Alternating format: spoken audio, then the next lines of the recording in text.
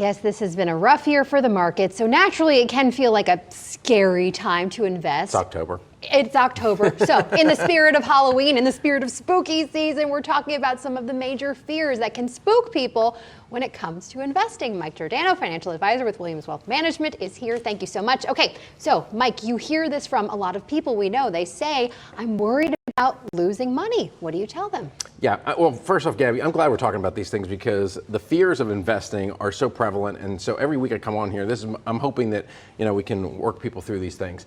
Everybody has fears when they make investments, myself included. But the thing you have to realize is that investments are not arbitrary type of things. There's a reason why things go up. And if you look at the overall history of the stock market, it's gone up over time. And that's simply because American business has done better over time. So you're basically making a bet on American business, whether you're buying a small private business, whether you're starting your own company, or whether you're investing in the S&P 500.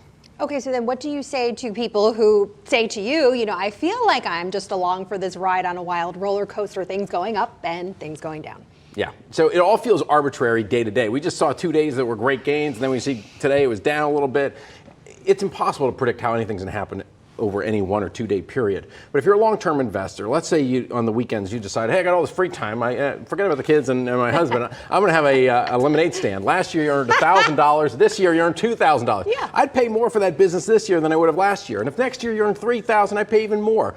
S&P 500 is the same way. 30 years ago, it earned $20 a share. Now it earns over $200 a share. And that's why the price has gone from $400 up to near $4,000. And so in time, it's going to earn $400 a share, and it's going to be $8,000 and $12,000. So how we get there isn't linear, but over time, we're going to get there. Andy would have some opinions if I did a lemonade stand on the weekend. I think it'd be great, though. I think it'd really be great. Okay, well, also, what about this one? People who say, Mike, I'm afraid taxes will eat away all my gains. What do you say to that? First off, if you're a long-term investor, you can take advantage of favorable tax rates, capital gains rates that are lower than your ordinary income. Secondly, every different type of asset class, whether it's real estate, stocks, bonds, they all have different advantages tax-wise that you can take advantage of.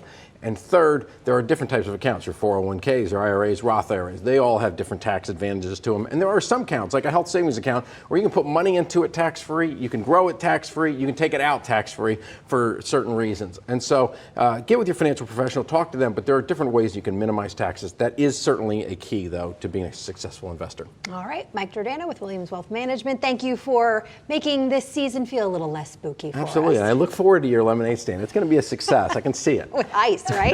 Absolutely. Cookies on the side. And lots of sugar. Yes, of course. Of sugar. Thank you so much. You bet.